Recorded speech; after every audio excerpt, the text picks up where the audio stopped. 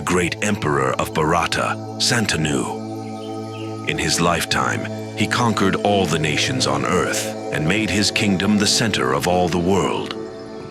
The eldest son, Bhishma, who was born in Sai with himself, and the goddess Ganga Genjis, he became a kshatriya who was invincible as his father wished, and the world praised this great hero.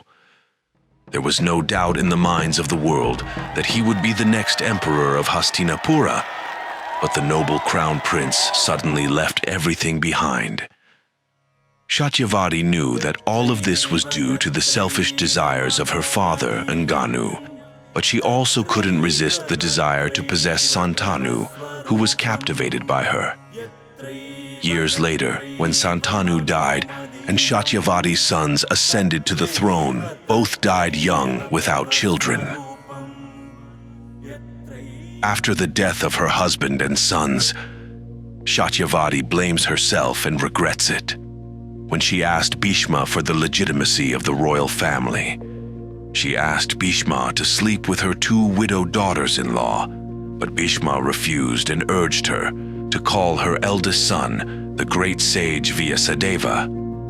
Satyavati called her eldest son, as Bhishma had told her, and Vyasadeva, who was on a pilgrimage, looked like an animal and reeked of stench, came out and slept with her daughters-in-law.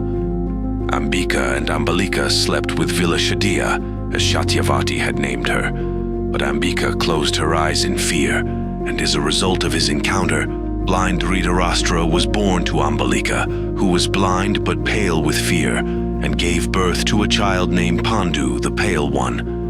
And on Ambalika's behalf, I, Bhishma's maid, his 3 children, who grew up with Bhishma's love and protection.